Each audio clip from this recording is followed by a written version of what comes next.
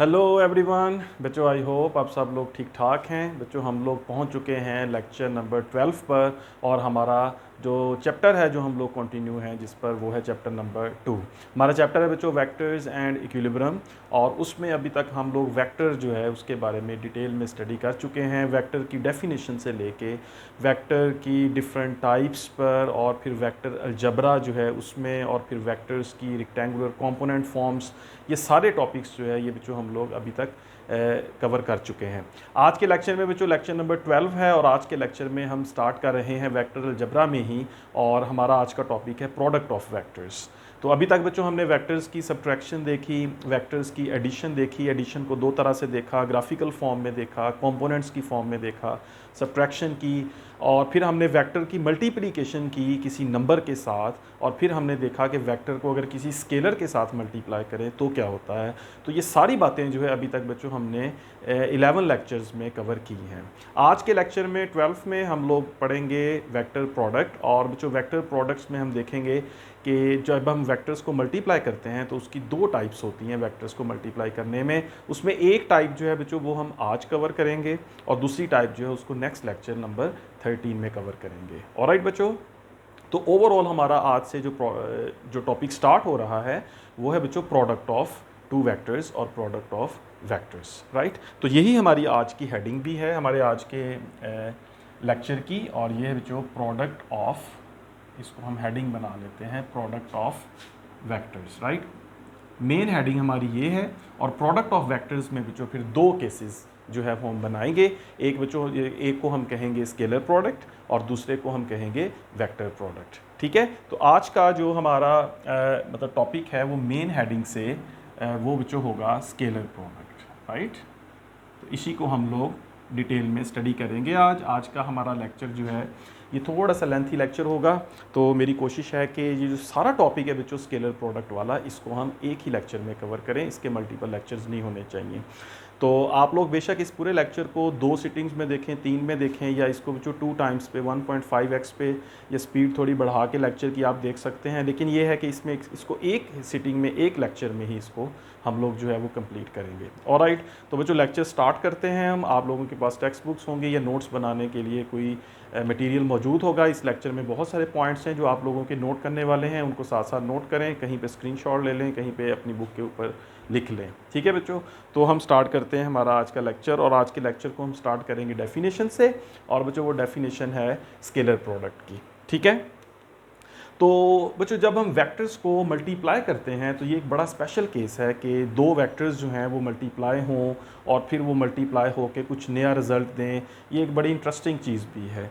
ठीक है, तो इस हवाले से हम ये देखते हैं कि जो स्केलर प्रोडक्ट है इसको बच्चों हम यूँ डिफ़ाइन करते हैं कि व्हेन द प्रोडक्ट ऑफ, अगर हम दो वेक्टर्स को मल्टीप्लाई करें तो हम ये कहते हैं कि when the product of, when the product of two vectors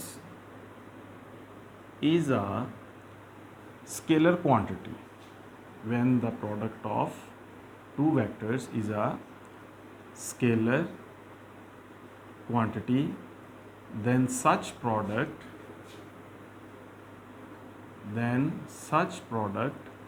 is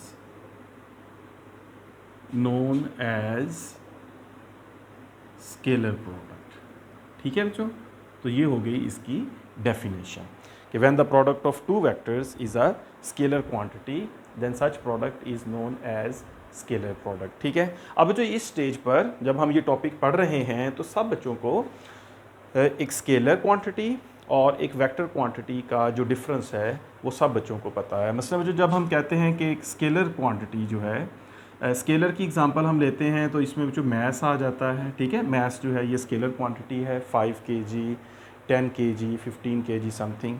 और इस तरह जो एक और क्वांटिटी है फ़िज़िक्स में जिसको हम वर्क कहते हैं, तो फिज़िक्स में जो वर्क एक क्वांटिटी है ये भी एक स्केलर क्वांटिटी है।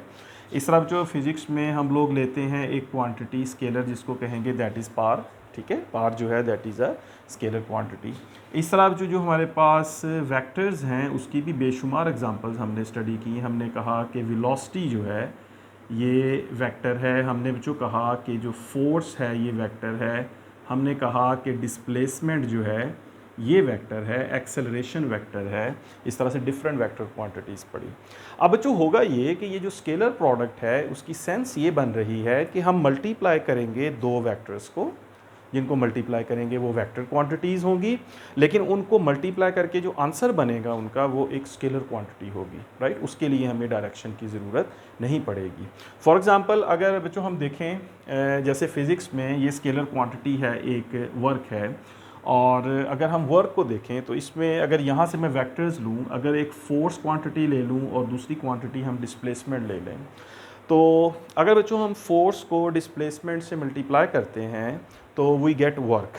अब वर्क जो है that is a scalar quantity, तो इट मीन्स कि ये जो प्रोडक्ट हो रहा है इस प्रोडक्ट को हम नाम देंगे कि ये एक स्केलर प्रोडक्ट हुआ है, यानी ऐसा प्रोडक्ट हुआ है, ऐसी मल्टीप्लिकेशन हुई है वेक्टर्स की जिसमें जो रिजल्ट आया है वो स्केलर आया है।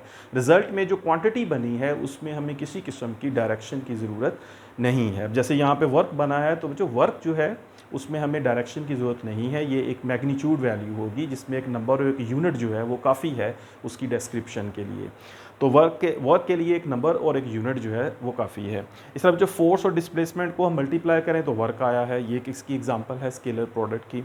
इस तरह जो इसी में से अगर मैं चूज़ कर लूँ वेलोसिटी और फोर्स ले लूँ, अगर फ़र्ज़ करें कि हम ये क्वांटिटी में चेंज कर लूँ, वेलोसिटी को अगर फोर्स के साथ में मल्टीप्लाई करूँ तो इन दोनों की मल्टीप्लिकेशन जो होगी वो वेक्टर मल्टीप्लिकेशन होगी। इस प्रोडक्ट को हम इस मल्टीप्लिकेशन को हम एक वेक्टर प्रोडक्ट जो है वो कहेंगे, क्योंकि दोनों क्वांटिटीज़ वेक्टर हैं और इसके नतीजे में जो हमें आंसर मिलता है वो जो मिलता है पार, ठीक है, पार होती है। अगर फोर्स को वेलोसिटी के साथ जो है मल्टीप्लाई करें तो फिर पार मिलती है, तो पार जो है that is a scalar quantity. तो पार के लिए हमें सिर्फ एक नंबर चाहिए होता है और एक यूनिट चाहिए होता है, हमें ये नहीं बताना होता कि ये पार जो है वो किस डायरेक्शन में, इस तरफ लग रही है, राइट को लग रही है, लेफ़्ट को लग रही है, अप या डाउन। तो पार के लिए हमें डायरेक्शन की ज़रूरत नहीं है। तो दैट मीन्स कि ये वो मल्टीप्लिकेशन हो रही है फोर्स और वेलोसिटी की जिसके नतीजे में हमें एक स्केलर क्वांटिटी मिल रही है। तो बच्चों इस तरह से जब भी होगा वेक्टर्स में, खास डेफिनेटली वेक्टर्स में जब भी ऐसा होगा कि आप दो वेक्टर्स को मल्टीप्लाई करें और आपको आंसर जो है वो एक स्केलर क्वांटिटी जो है वो मिले, तो उस केस में फिर हम कहते हैं कि ये जो प्रोडक्ट हुआ है दो वेक्टर्स का ये स्केलर प्रोडक्ट है। तो यही बच्चों मैंने डेफिनेशन में लिखा है कि when the product of two vectors is a scalar quantity. उसके आंसर को हम देखेंगे, हमने फोर्स को डिस्प्लेसमेंट से मल्टीप्लाई करके आंसर जो है हमने देखा तो वो आंसर जो स्केलर था, तो वी से दिस इज स्केलर प्रोडक्ट। और इस तरह वेलोसिटी और फोर्स को मल्टीप्लाई किया तो we get work, we get power, so that means के आंसर इज स्केलर।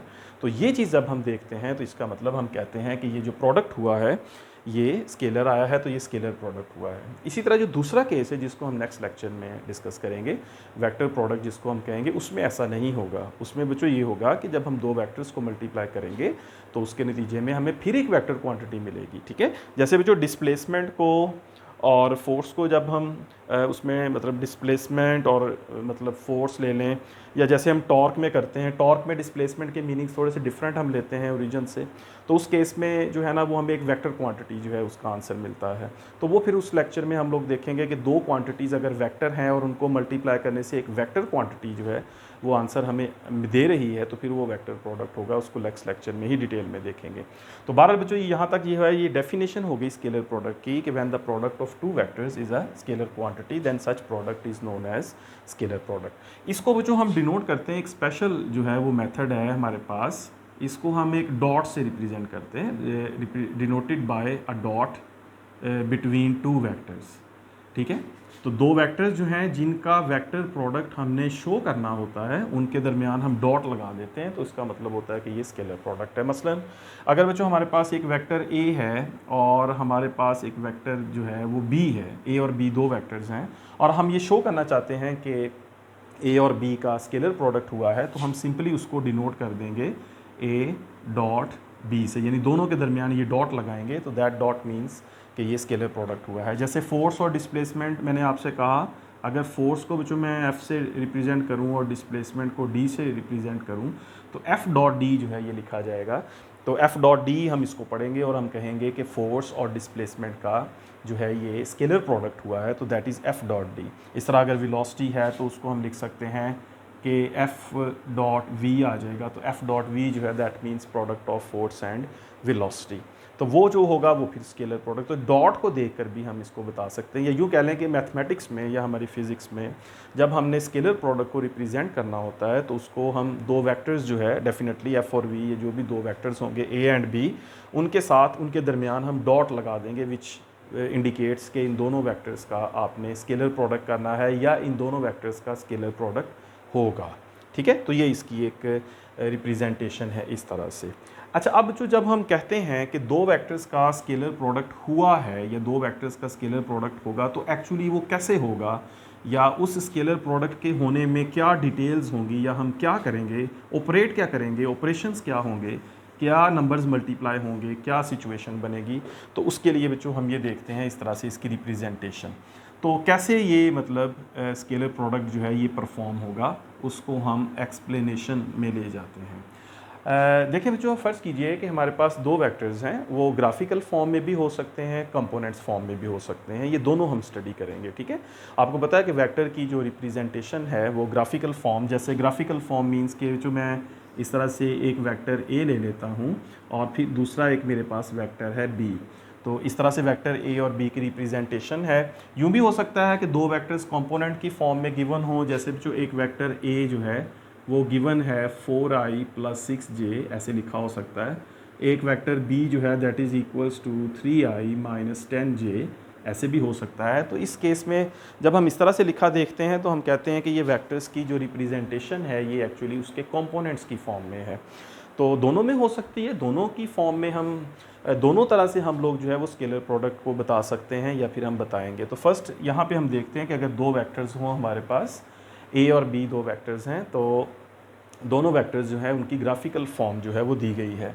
तो ग्राफिकल फॉर्म में जो एक वेक्टर जो है हमारे पास ए है, जिस तरह से ये मैं बना लेता हूँ, और दूसरा वेक्टर बी है। तो स्केलर प्रोडक्ट के लिए हम दोनों वेक्टर की जो टेल्स हैं, दोनों वेक्टर की जो टेल्स हैं उनको एक पॉइंट के ऊपर मिला देते हैं। ठीक है, जैसे वेक्टर ए है या वेक्टर बी है, तो दोनों वेक्टर्स की जो टेल्स हैं उनको हम एक पॉइंट के ऊपर मिला देते हैं, जैसे मैंने ये आपके सामने बनाया। तो अब हम कहेंगे कि अब यहाँ पर जो ए डॉट बी होगा वो कैसे होगा या उसके क्या मीनिंग्स होंगे। ठीक है, इससे पहले बच्चों आप लोग ये भी याद रख सकते हैं यहाँ पे कि जैसे मैंने आपको एडिशन में बताया था कि जब हम दो वेक्टर्स को ऐड करते हैं तो उनकी नेचर सेम होनी चाहिए। फोर्स में ऐड होती है, एक्सेलरेशन में ऐड होता है, वेलोसिटी में ऐड होती है, इस तरह से। और सब्ट्रैक्शन के लिए भी मैंने कहा था कि दो वेक्टर्स की जो नेचर है वो सेम होनी चाहिए, फिर सब्ट्रैक्ट होते हैं। और किसी वेक्टर को किसी स्केलर से, वो तो एक सेपरेट केस हो गया। यहाँ पे बच्चों आप याद रखें, जब हम किसी एक वेक्टर को दूसरे वेक्टर से मल्टीप्लाई करेंगे तो मल्टीप्लिकेशन के लिए दो वेक्टर्स की नेचर का सेम होना ज़रूरी नहीं है।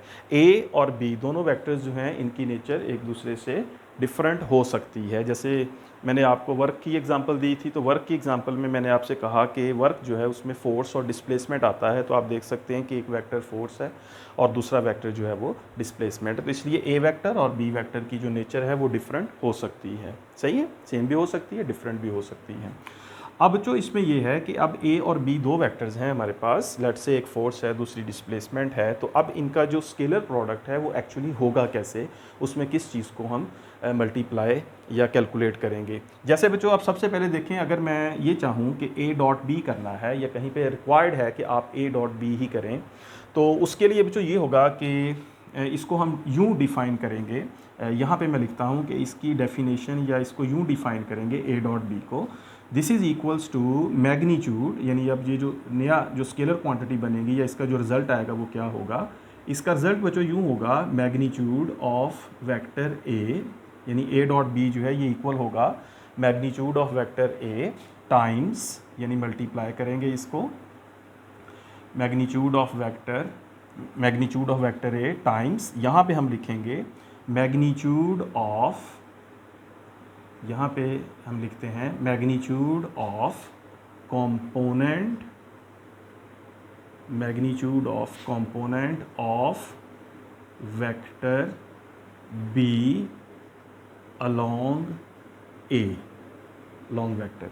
ये है बच्चों फॉर्मूला, या ये है वो सिचुएशन जिसको हम स्केलर प्रोडक्ट कहेंगे, या जिस तरह से हम स्केलर प्रोडक्ट जो है उसको कैलकुलेट करेंगे, या जिस तरह हम कह सकते हैं कि स्केलर प्रोडक्ट एक्चुअली होगा कैसे, यानी स्केलर प्रोडक्ट में अब हम करेंगे क्या जब हम a डॉट बी लिखेंगे। तो a डॉट बी जब हम लिखेंगे, दो वेक्टर्स का स्केलर प्रोडक्ट करेंगे, उसमें पहले हम देखेंगे मैग्नीट्यूड ऑफ वेक्टर a, जो भी फर्स्ट वेक्टर है जैसे a है, और उसको मल्टीप्लाई करेंगे फिर, ठीक है, दूसरी वैल्यू के साथ। दूसरी वैल्यू क्या होगी, और वो दूसरी वैल्यू जो हम लेंगे वो होगी actually magnitude of component of vector B along A.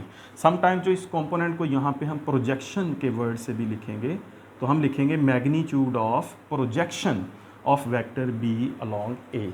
अब जो जैसा कि ये बात क्लियर है, मैग्नीट्यूड ऑफ वेक्टर ए होगा, ये हमारे पास वेक्टर ए है, क्लियरली हमें इस ग्राफिकली देख सकते हैं इसका कुछ मैग्नीट्यूड होगा, वो तो ठीक हो गया ए का मैग्नीट्यूड। अब ये जो चीज़ है magnitude of component of vector B along A, इसका मतलब है कि बच्चों हम बी वेक्टर के दो कंपोनेंट्स ड्रॉ करेंगे, ठीक है, बी वेक्टर के दो कंपोनेंट्स ड्रॉ करेंगे और वो रेक्टेंगुलर कंपोनेंट्स कहलाएंगे इसके। तो जैसा कि बी वेक्टर के हेड से हम ए वेक्टर के साथ एक परपेंडिकुलर ड्रॉ करते हैं, ये एंगल यहाँ 90 होना चाहिए, ये मस्ट है यहाँ पे चूँकि रेक्टेंगुलर कंपोनेंट्स बनने हैं। तो बी वेक्टर के हेड से ए वेक्टर पर हम एक लाइन ड्रॉ करेंगे इस तरह से कि ये लाइन इस ए वेक्टर के साथ 90 एंगल बनाए।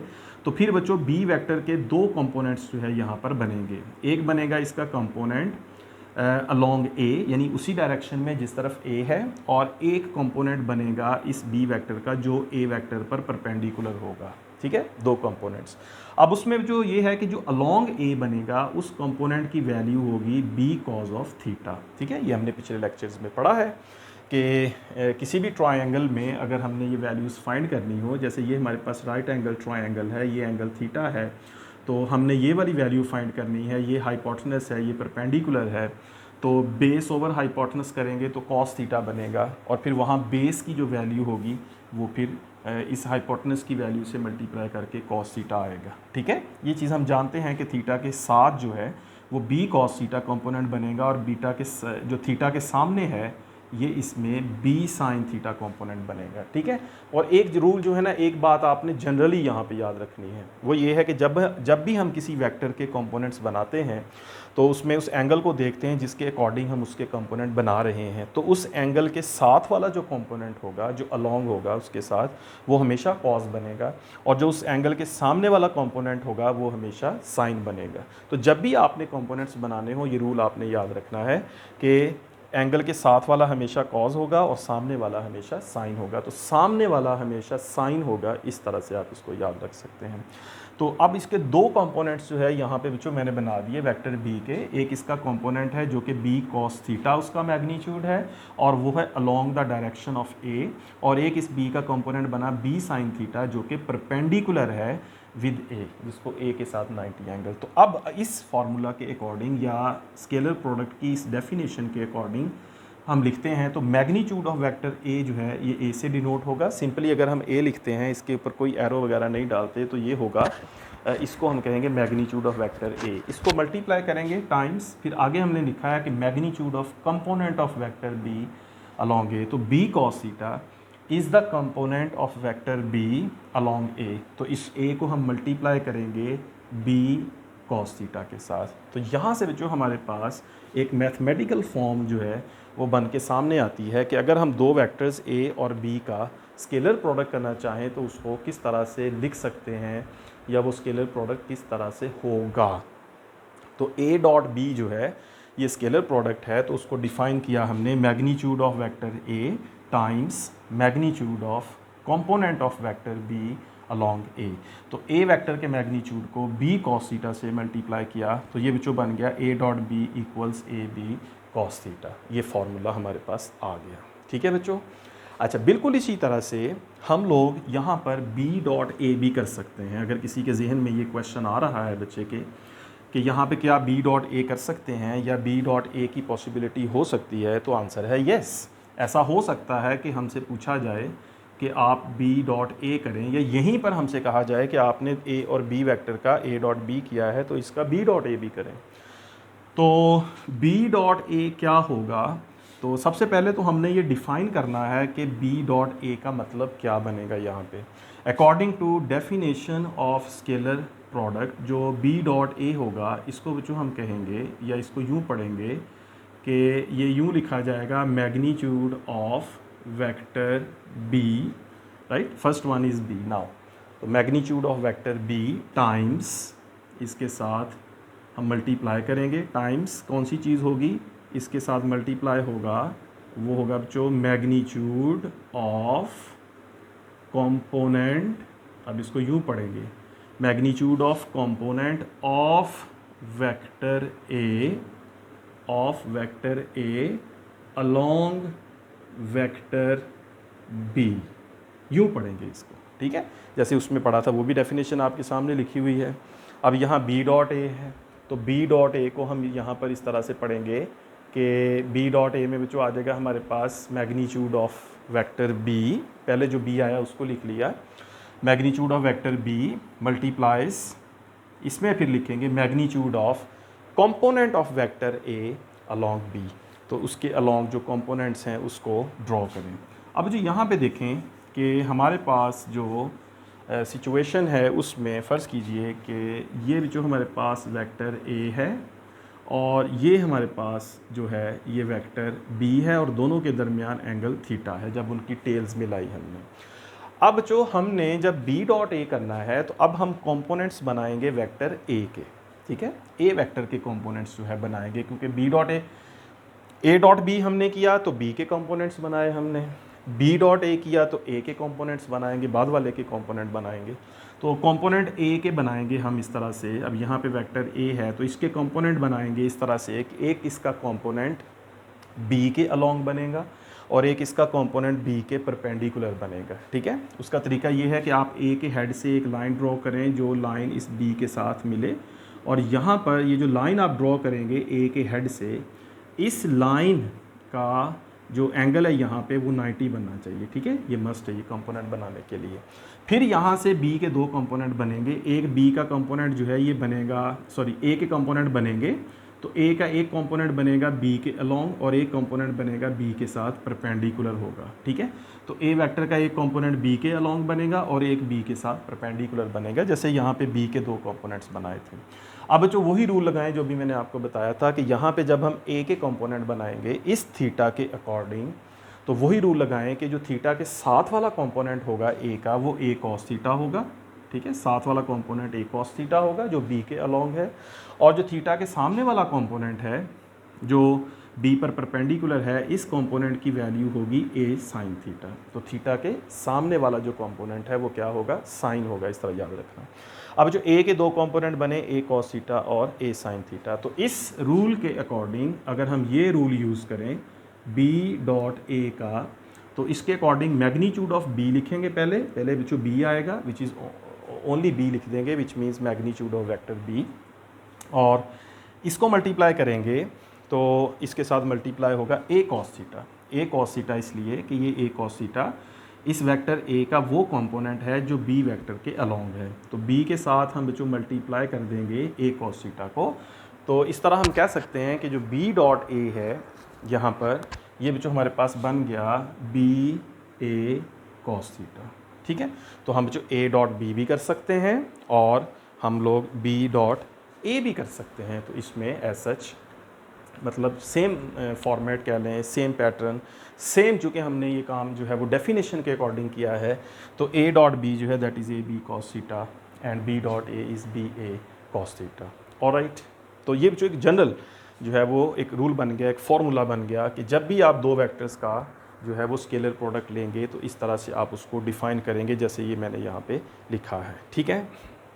अच्छा, इसको बच्चों अब इस तरह भी आप पढ़ सकते हैं, इसको इस एंगल से या इस तरह से भी, कुछ बच्चे शायद इसको इजी समझें या कुछ के लिए शायद इस तरह याद रखना आसान रहे, वो ये कि जब हम ए डॉट बी करेंगे तो ए डॉट बी का मतलब ये है कि magnitude of vector A, first vector A multiply magnitude of second vector यानी बी, यानी magnitude of first vector into times magnitude of second vector times cause of the angle between two vectors, ठीक है। दो vectors हैं हमारे पास, एक vector A है एक वेक्टर बी है, दोनों का ए डॉट बी करना है, तो वो ए डॉट बी जो होगा दोनों का या दोनों का जो स्केलर प्रोडक्ट होगा वो इक्वल होगा एक वेक्टर का मैग्नीट्यूड मल्टीप्लाई दूसरे वेक्टर का मैग्नीट्यूड और उसको फिर मल्टीप्लाई करें cause of the angle between the two vectors, जो भी दो वेक्टर्स के दरमियान एंगल है उससे जो है उसको मल्टीप्लाई किया जा सकता है, तो उससे ये आंसर आ सकता है, ठीक है बच्चों। समझ आ गई इसकी? चलो इसको रेज करते हैं। तो इस तरह अब इसकी एक दो एग्जांपल्स जो है वो और लेते हैं। मसलन अगर बच्चों हम ये कहें कि हमने एफ़ डॉट डी करना है, लेट्स से किसी जगह, अगर आपसे किसी जगह कहा जाता है कि आप एफ़ डॉट डी करें या एफ़ डॉट डी आपने बनाना है, तो इसको आप कैसे पढ़ेंगे या इसको हम कैसे बनाएंगे? हमारे जहन में जो चीज़ आएगी वो ये होगी कि इसको यूँ हम लिखेंगे मैग्नीट्यूड ऑफ, इसको हम कहेंगे एफ़ डॉट डी का मतलब है magnitude of vector F times, right, magnitude of, इसको कहेंगे मैग्नीट्यूड ऑफ, या इसको लिखेंगे मैग्नीट्यूड ऑफ कंपोनेंट ऑफ,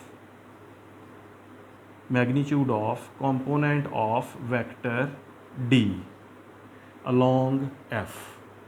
ठीक है, तो इसका मतलब ये होगा कि जो एफ डॉट डी है इसमें हम डी के कंपोनेंट्स बना सकते हैं। ठीक है, एक वेक्टर एफ होगा, फ़र्ज़ करें कि इस तरफ को जो है ये वेक्टर एफ है और इस तरफ को एक वेक्टर जो है ये डी है, दोनों के दरमियान एंगल थीटा है। तो बच्चों आप डी से परपेंडिकुलर ड्रॉ करें, दो कंपोनेंट्स बनाएं, डी का एक कंपोनेंट बनेगा डी कॉस थीटा और एक कंपोनेंट बनेगा डी साइन थीटा। तो एफ डॉट डी का मतलब होगा F multiplies D sine of theta, जिसको फिर हम लिख सकते हैं कि एफ डॉट डी जो है that is F D sine theta. तो ऐसे भी बच्चों इसको लिख सकते हैं, ये क्वांटिटी एफ डॉट डी बन जाएगी एफ डी साइन थीटा।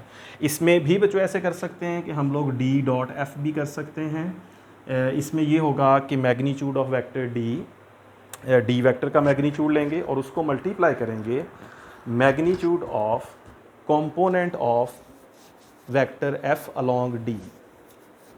ठीक है बच्चों, तो डी डॉट एफ इस तरह आ जाएगा और उसकी वैल्यू भी एफ डी, यानी उसकी वैल्यू आ जाएगी D F into sine theta. ठीक है, तो ये समझने के लिए। अदरवाइज़ बच्चों जब भी आप लोग स्केलर प्रोडक्ट करेंगे दो वेक्टर्स का, तो उनका जो स्केलर प्रोडक्ट होगा उसको क्विक वे में याद रखने के लिए इतना काफ़ी है कि अगर कहीं पे आप लिखा हुआ देखें, दो वेक्टर्स हैं, एक सी वेक्टर है और एक डी वेक्टर है, तो विदाउट गोइंग इनटू डिटेल, जैसे अभी मैंने बताया कि magnitude of C multiply magnitude of component of D along C, इसको छोड़ के हम लोग डायरेक्ट लिख सकते हैं सी इन D into sine theta. Simply ये एक हमारे पास एक सिंपल वे बन गया कि C dot D means this is C D sine theta, right. तो एफ डॉट वी अगर कहीं लिखा है F dot V, so that means F V, sorry बेटे ये मेरे साइन थीटा यहाँ लिख दिए, साइन थीटा नहीं आएगा। सी डॉट डी जो है ये स्केलर प्रोडक्ट है, तो यहाँ पे भी डी एफ साइन थीटा मैं लिख रहा हूँ, यहाँ पे भी, तो यहाँ पे भी कॉस थीटा आएगा। सो डी डॉट एफ जो है, तो एफ डॉट डी जो है इसमें एफ आएगा और इसके साथ डी कॉस ऑफ थीटा आएगा। एफ डॉट डी जो है ये बन जाएगा F D into cos theta, उसी डायरेक्शन में। इस तरह डी डॉट एफ जो है इसको भी एफ डी कॉस थीटा लिखेंगे। तो इस तरह सी डॉट डी है तो हमारे पास ये आ जाएगा सी डी कॉस थीटा, और एफ डॉट वी है तो इसमें भी बच्चों हम कहेंगे F V into cos theta. ठीक है, तो स्केलर प्रोडक्ट है cos theta, sorry for this mistake. तो साइन थीटा नहीं आएगा, इसमें कॉस थीटा आएगा। तो प्रोजेक्शन या component of vector along the direction of another vector, cos theta उसमें लिखेंगे। ऑलराइट, तो जब भी दो वेक्टर्स का स्केलर प्रोडक्ट लिखना होगा तो उसको बच्चों हम एफ डॉट वी है तो F V cos theta, C dot D है तो सी डी कॉस थीटा, इस तरह से उसको जो है वो लिख सकते हैं। और हमें पता होगा कि इसके जो मीनिंग्स हैं एक्चुअली, वो जो स्केलर प्रोडक्ट हो रहा है एक्चुअली वो किस तरह से हो रहा है या उसकी डिटेल हमें पता होगी। ठीक है बच्चों, तो वर्क जो है इसकी एग्जांपल को जो है वो हम और तरह से भी, इस तरह से भी देख सकते हैं। जैसे मतलब वर्क अगर है तो फ़र्ज़ कीजिए बच्चों अगर वर्क की हम बात करें तो ये हमारे पास एक मैस है फ़र्ज़ करें, और ये मैस जो है वो एक सरफेस के ऊपर पड़ा है और इस तरफ को डी है, डिस्प्लेसमेंट है, और इस तरफ जो है ये जो फोर्स लग रही है, और फोर्स जो है ये जो 100 न्यूटन लग रही है फ़र्ज़ करें, और फोर्स और डिस्प्लेसमेंट का यहाँ जो एंगल है दैट इज़ 60 डिग्री, और डिस्प्लेसमेंट जो है ये जो 10 मीटर है और एक्स एक्सिस के अलोंग है, यूँ कह लें।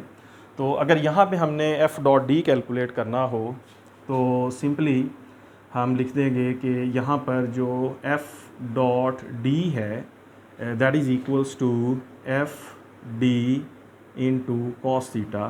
तो इसमें जो एफ़ जो है दैट इज़ इक्वल्स टू 100 और डी जो है that is equals to 10 metres और कॉस जो है दैट इज़ 60 डिग्री अगर है तो दैट इज़ 1000 टाइम्स 1/2।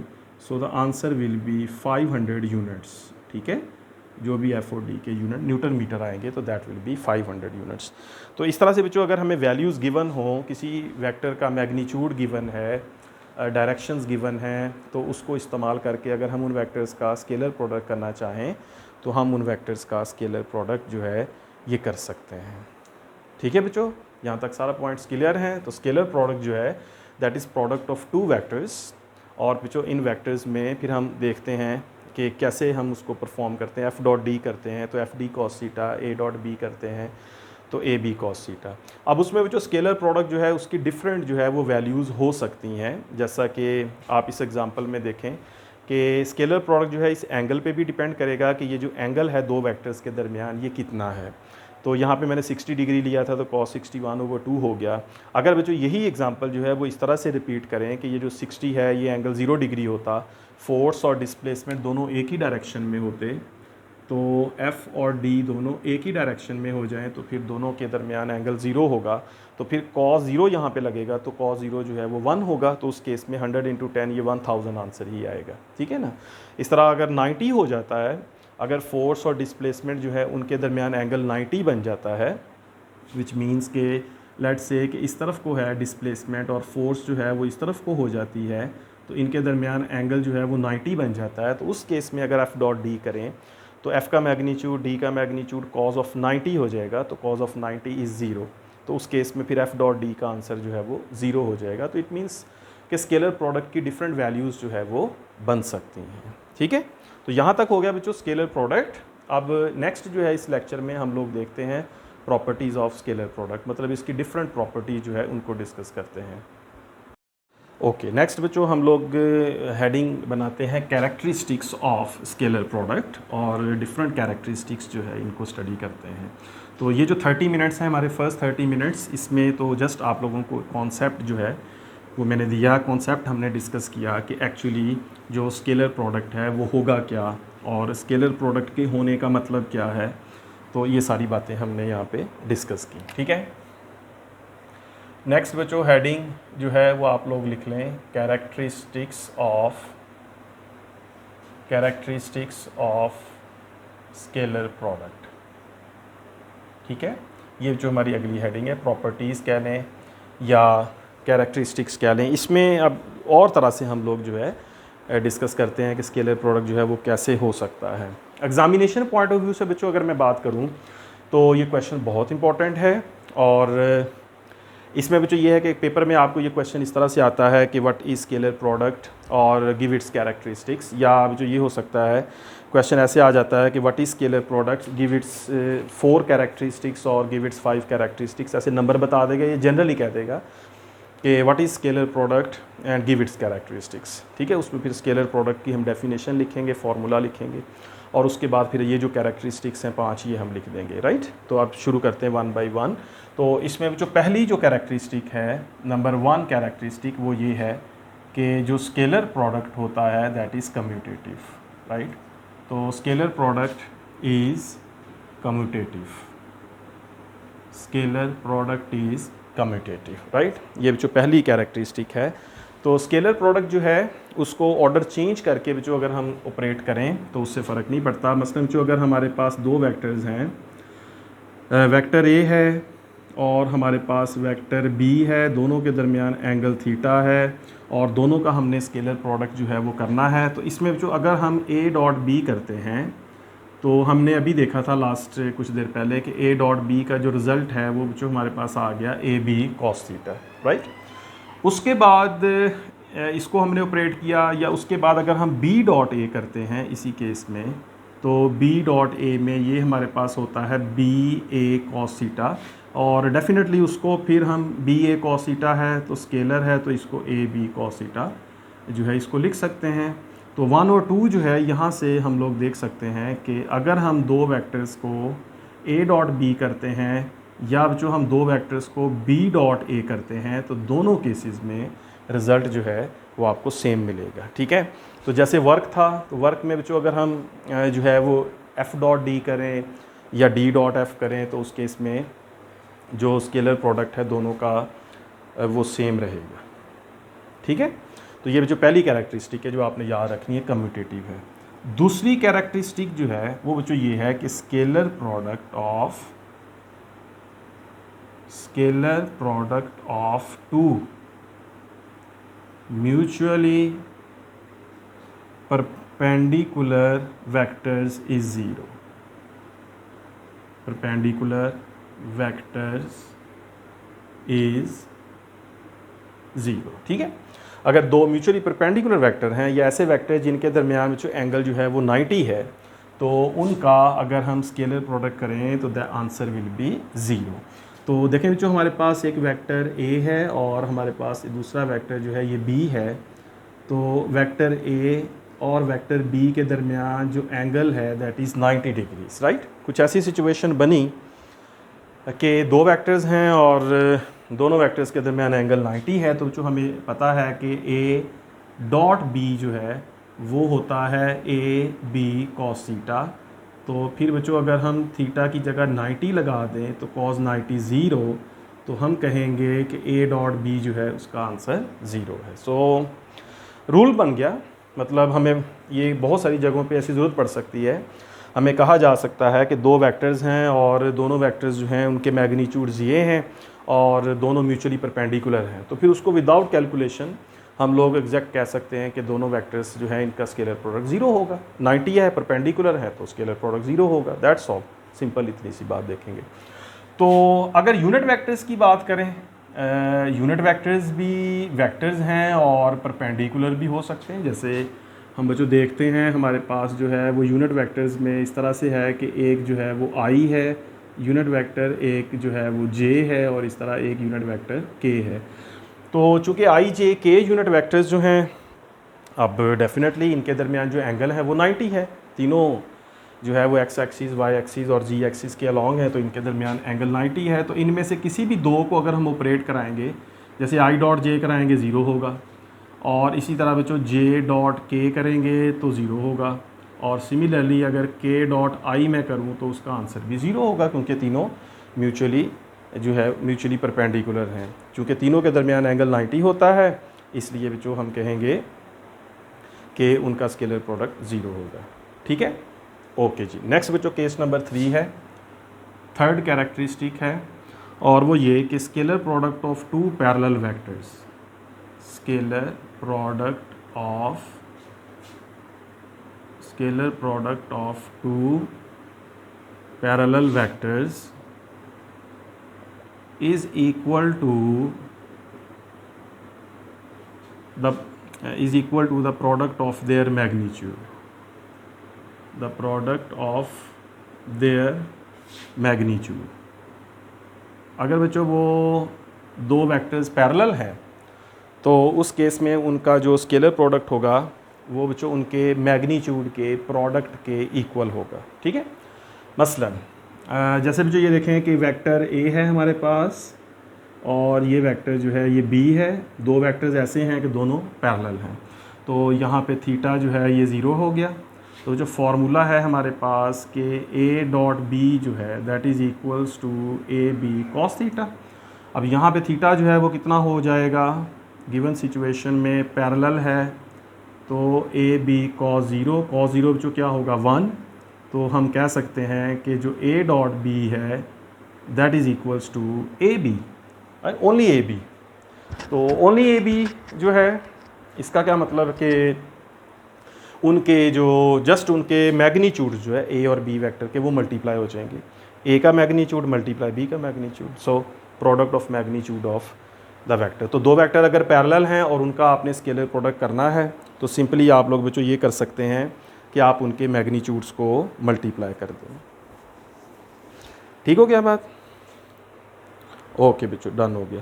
अब यही चीज़ जो है पैरेलल वाली अगर वो बच्चों यूनिट वेक्टर्स के साथ हो जाए, अब यही यूनिट वेक्टर्स अगर हों, आई को आई के साथ हम ले लें, तो फ़र्ज़ कीजिए कि बच्चों आई डॉट आई कर देते हैं, तो आई डॉट आई में का मतलब क्या होगा, magnitude of I again magnitude of I, दोनों के मैग्नीट्यूड्स ने मल्टीप्लाई होना है, तो दोनों के मैग्नीट्यूड में जो आई का 1 मैग्नीट्यूड आई का 1, तो आंसर क्या हो जाएगा 1। यानी अगर मैग्नीट्यूड्स की मल्टीप्लिकेशन है तो दो वेक्टर्स के मैग्नीट्यूड ने मल्टीप्लाई होना, तो यूनिट वेक्टर का मैग्नीट्यूड हमें पता है 1 होता है, तो 1 × 1 जो है द आंसर विल बी 1। इस तरह जो आई डॉट आई के अलावा अगर हम इसको करें तो जे डॉट जे देखें, तो जे डॉट जे भी यही होगा कि जे का magnitude 1 × 1, so the answer will B 1। और सिमिलरली फिर के डॉट के जो है इसका आंसर भी 1 होगा। ठीक है, क्लियर होगी बच्चों बात। तो दो वेक्टर्स अगर पैरेलल हैं, उनकी डायरेक्शन सेम है, या यूँ कह लें कि बच्चों दोनों वेक्टर्स जो हैं उनका जो उनके दरमियान एंगल जो है वो 0 है, तो उसका फिर मैग्नीट्यूड यूनिट वेक्टर में 1 हो जाएगा, अदरवाइज उसका प्रोडक्ट ए बी के इक्वल होगा। ठीक है, क्लियर होगी बात। अच्छा, इसी में अगर एंटी पैरेलल हो जाए, तो अगर इसमें हम कहें कि एंटी पैरेलल हो जाए, कि इसी का केस बना लेते हैं कि अगर दो वेक्टर्स एंटी पैरेलल हैं, मींस दोनों की जो डायरेक्शन है वो ओपोजिट हो जाती है, ए वेक्टर जो है वो राइट की तरफ है और बी जो है ये लेफ़्ट की तरफ, तो उस केस में एंगल 180 होगा। तो फिर बच्चों ए डॉट बी जो है ये होगा A B cos of 180 degree, cos of 180 -1 होता है, तो नेगेटिव ए बी हो जाएगा। तो उस केस में जो ए डॉट बी होगा उसको बच्चों हम लिखेंगे that is equals to -AB। Clear हो गया ना, क्योंकि एंटी पैरेलल हैं, तो एंटी पैरेलल के दरमियान जो एंगल होता है वो 180 होता है।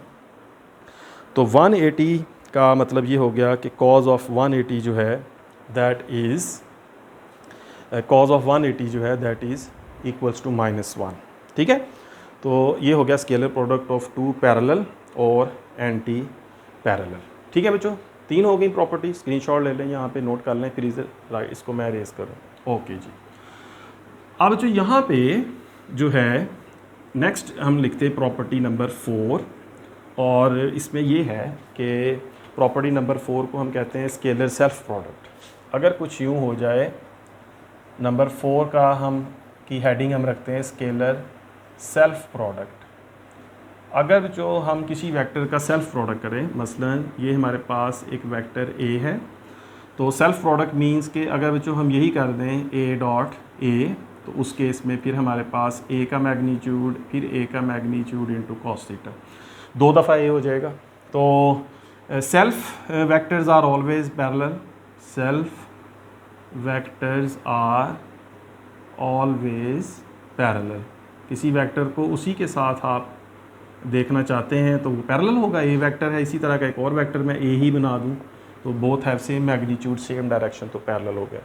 तो पैरेलल का मतलब है कि यहाँ पे थीटा जो है वो 0 होगा। तो इस केस में फिर बच्चों हमारे पास ए डॉट ए वेक्टर जो है ये हो जाएगा A into A square into cos of 0। तो बच्चों कॉज ऑफ 0 जो है ये चूँकि 1 होगा, लिहाजा सेल्फ स्केलर प्रोडक्ट जो है that is equals to A square, right. A dot A करेंगे तो ए स्क्वायर आ जाएगा, इस तरह जो बी डॉट बी करेंगे तो बी स्क्वायर आ जाएगा, सी डॉट सी करेंगे सी स्क्वायर आ जाएगा। किसी वेक्टर का उसी के साथ अगर हम प्रोडक्ट करेंगे तो वो हमेशा उसके मैग्नीट्यूड का स्क्वायर होगा। ठीक है, तो सेल्फ स्केलर प्रोडक्ट, या यूँ कहें कि scalar self product is equal to square of its magnitude is equal to square of the magnitude of the vector। ठीक है जी, किसी वेक्टर का अगर आप सेल्फ स्केलर प्रोडक्ट कर रहे हैं तो सिंपली बच्चों ये करें कि उस वेक्टर के मैग्नीट्यूड का स्क्वायर ले लें। ठीक है, अगर वेक्टर ए है उसका मैग्नीट्यूड 5 है तो ए डॉट ए क्या होगा 25, सिंपल। अगर इस वेक्टर ए का मैग्नीट्यूड जो है ये बच्चों 5 यूनिट्स है, तो अगर आप ए डॉट ए करेंगे इस वेक्टर का, तो ए डॉट ए करेंगे तो 5 स्क्वायर कर दें, तो 5 स्क्वायर मीन्स कि इसका आंसर जो है वो क्या होगा 25। किसी वेक्टर का मैग्नीट्यूड दे के आपसे कहा जाता है कि इसका सेल्फ स्केलर प्रोडक्ट बताएं क्या होगा, तो आप उसी के साथ उसका स्क्वायर कर दें, मल्टीप्लाई कर दें, आंसर विल बी 25। ठीक है, क्लियर होगी बात। ये थी इसकी कैरेक्टरिस्टिक नंबर 4। तो इसमें आई डॉट आई भी हो सकता है, जो मैंने यहाँ पे एग्जांपल दे दी। आई डॉट आई भी सेल्फ में आ सकता है। आई dot I is 1, J dot J is 1, के डॉट के इज़ 1, उसका स्क्वायर ले लें आई डॉट आई में, आई के मैग्नीट्यूड का स्क्वायर, क्योंकि 1 का स्क्वायर 1 ही होगा, तो इसमें भी आ सकता है और उसमें भी उसको हम लिख सकते हैं। ठीक है, चलें, ये नंबर 4 प्रॉपर्टी थी। और इसके बाद नंबर 5 द लास्ट वन, उसको बच्चों मैं इसी जगह इसको अरेज करके लिखता हूँ, आप इसको नोट कर लें। यहाँ पे पहले स्क्रीनशॉट ले लें, बेशक सेव कर लें इसको। ओके जी, अब आ जाएगा नंबर 5। अब number 5 the last one, last property है इसकी यहाँ पे हमारे पास स्केलर प्रोडक्ट में, और वो है कंपोनेंट फॉर्म। नंबर 5 प्रॉपर्टी जो है स्केलर प्रोडक्ट, तो इसकी हेडिंग हम बनाते हैं scalar product of two vectors in component form, two vectors in component form. यानी अगर दो वेक्टर्स कंपोनेंट फॉर्म में दिए हैं, ठीक है, मैग्नीट्यूड डायरेक्शन के अलावा, तो फिर उनका स्केलर प्रोडक्ट कैसे करेंगे। तो लेट इसमें जो हम लेते हैं कि एक वेक्टर ए है, उसके कंपोनेंट्स हैं ए x I plus A Y J plus A जी के, ये स्पेस में है वेक्टर, ठीक है, 3 कंपोनेंट्स। इस तरह एक वेक्टर बी ले लें तो बी एक्स आई प्लस बी वाई जे प्लस बी जी के, इस तरह ले लें। अब जो इसको लिखेंगे हम कैसे लिखेंगे, इसको ए डॉट बी, और फिर इसको यूँ लिख लेंगे हम ए x I plus A Y J plus A जी के डॉट, फिर इसमें आ जाएगा बी वेक्टर यानी बी एक्स आई प्लस बी वाई जे प्लस बी जी के, ठीक है, इस तरह लिख लिया। अब बच्चों इसमें प्रोडक्ट करना है, तो सबके साथ मल्टीप्लाई करेंगे, राइट।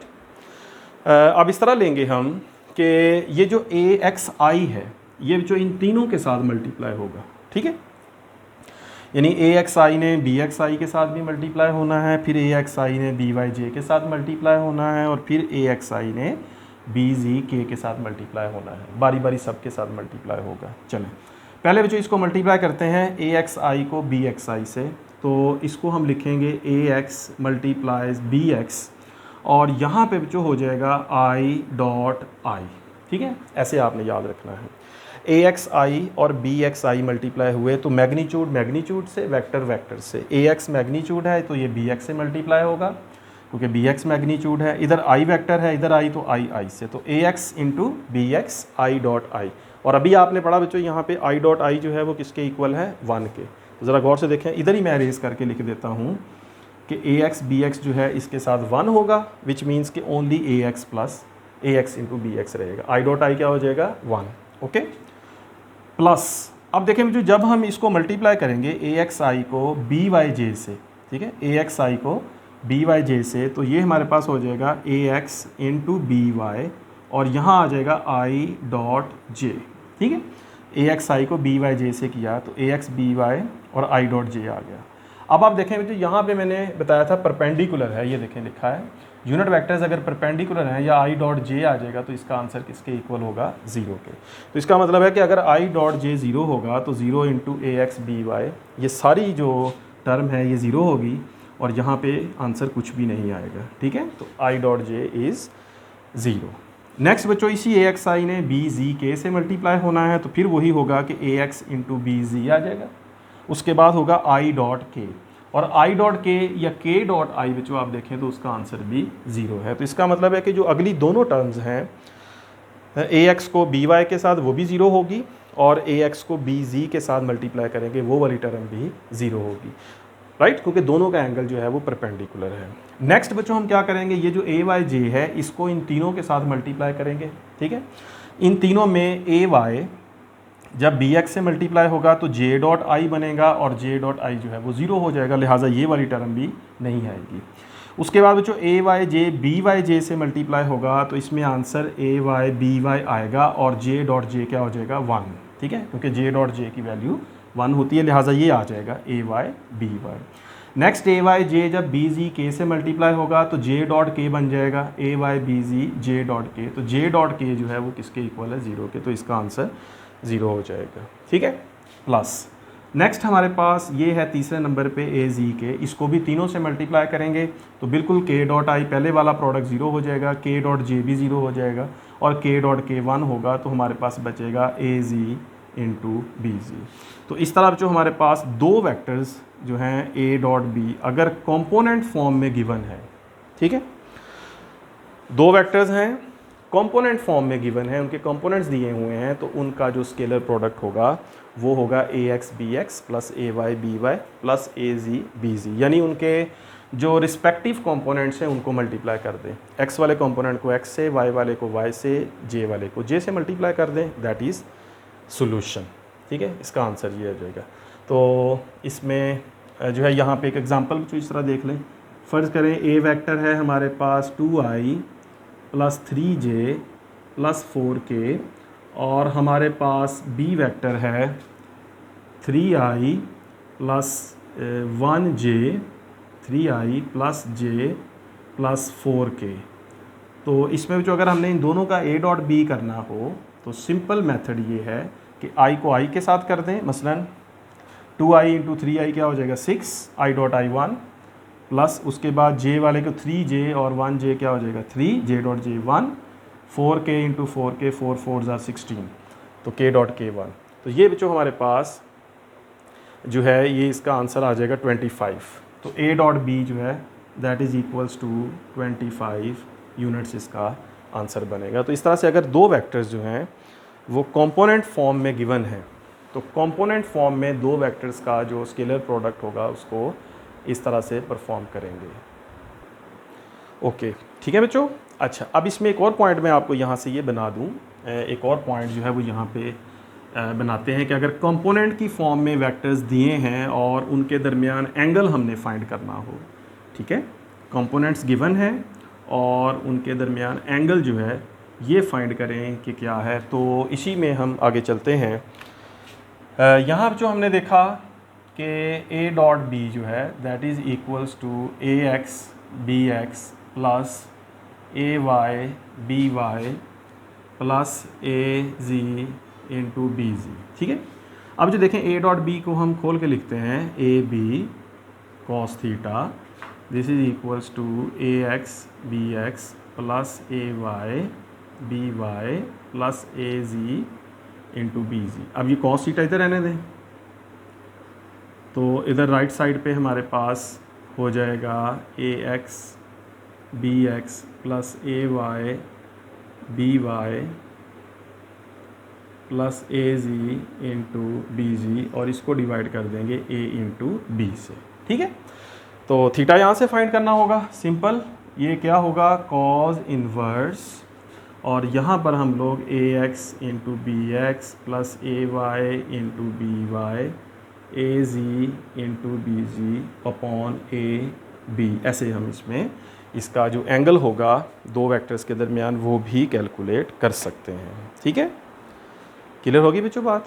तो अगर दो वेक्टर जो हैं ए और बी वो आपको दिए हों कंपोनेंट फॉर्म में और आपसे कहा हो कि आप इनके दरमियान जो एंगल है वो फाइंड करें थीटा, तो आप थीटा को मतलब इस तरह से फाइंड कर सकते हैं, ए एक्स बी एक्स वो इनके मल्टीप्लाई करें दोनों कंपोनेंट्स को, यहाँ पे मल्टीप्लाई करें ए एक्स बी एक्स ए वाई बी जी और फिर उसको डिवाइड करें ए बी से। ए बी क्या है, ए बी जो है ये जो मैग्नीट्यूड दोनों के हैं, यानी ए का magnitude B, product of magnitude of vector A and B, तो दोनों वेक्टर्स के प्रोडक्ट मैग्नीट्यूड का प्रोडक्ट है, तो कॉज इन्वर्स कर दें वहाँ पे एंगल आ जाएगा।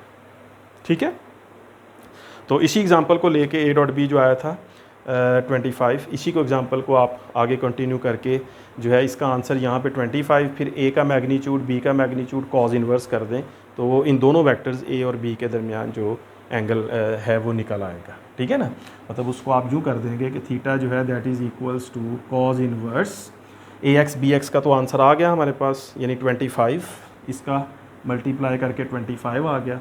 अब ए का मैग्नीट्यूड लेना है तो फिर 2 का स्क्वायर 4, 3 का 9 13 और 4 का 16 तो 29 अंडर रूट आ गया इसका आंसर।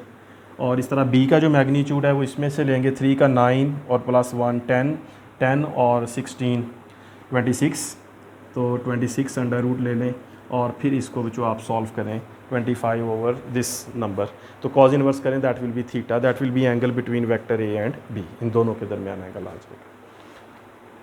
ओके बच्चों, समझ आ गई बात की ये थी कुछ कैरेक्टरिस्टिक्स स्केलर प्रोडक्ट की। और इसमें बच्चों अब एग्जामिनेशन पे मैं इसको कंक्लूड करूँ कि एग्जामिनेशन में जैसे मैंने पहले कहा था कि जो क्वेश्चन है आपको वो ऐसे आएगा स्टेटमेंट कि define scalar product give its characteristics, तो आप उसमें फिर डेफिनेशन फार्मूला और ये पांचों कैरेक्टरिस्टिक्स लिख सकते हैं, ठीक है। इसके अलावा बच्चों सिर्फ कैरेक्टरिस्टिक्स भी पूछ सकता है एग्जाम में, what are the characteristics of scalar product, तो सिर्फ 5 कैरेक्टरिस्टिक्स लिखते हैं, 5 मार्क्स के लिए आपको काफ़ी है। इसमें बच्चों शॉर्ट क्वेश्चन आ सकता है, शॉर्ट क्वेश्चन में ये आ सकता है, ये वाला जो लास्ट कैरेक्टरिस्टिक है शॉर्ट क्वेश्चन है कि give scalar product of 2 vectors in component form, उसका बना के दें, तो फिर आप ए लेंगे, यही वाला एज्यूम करेंगे, बी लेंगे, फिर इनका इस तरह से सॉल्व करेंगे और इसका आंसर जो है ये वाला इसको बना के देंगे, तो ये शॉर्ट क्वेश्चन आ जाएगा। इसके अलावा बच्चों इसमें से फिर MCQs जो हैं वो बहुत बन सकते हैं कि scalar what is scalar product of 2 parallel vectors बताएं। पैरेलल वेक्टर मींस के थीटा 0 है, तो क्या होगा, वेक्टर्स के मैग्नीट्यूड दे सकते हैं, एक वेक्टर है उसका मैग्नीट्यूड 2 है, दूसरे वेक्टर का मैग्नीट्यूड 5 है, दोनों पैरेलल हैं, तो बताएं उनका स्केलर प्रोडक्ट क्या होगा। तो A.B = 2 × 5 10, ठीक है। What is scalar product of 2 perpendicular vectors, ऐसे हो सकता है what is scalar product of 2 unit vectors I and J, इस तरह से पूछ सकते हैं। 2 वेक्टर्स दे के उनका एंगल पूछा जा सकता है, ठीक है। इस तरह से डिफरेंट जो है MCQs जो है उसके आपने प्रैक्टिस जो है वो करनी है। कोशिश करता हूँ इसकी एक असाइनमेंट जो है MCQs की एक शीट बनाकर वो मैं इसके साथ लिंक अटैच करता हूँ, वो आप लोग वेबसाइट पे जाके डाउनलोड कर सकते हैं, तो वहाँ से फिर आप लोग इसकी जो MCQs की प्रैक्टिस है वो कर लें। ऑलराइट बच्चों, तो आई होप कि आप लोगों को स्केलर प्रोडक्ट जो है इसकी कंप्लीट जो अंडरस्टैंडिंग है वो डेवलप हुई है।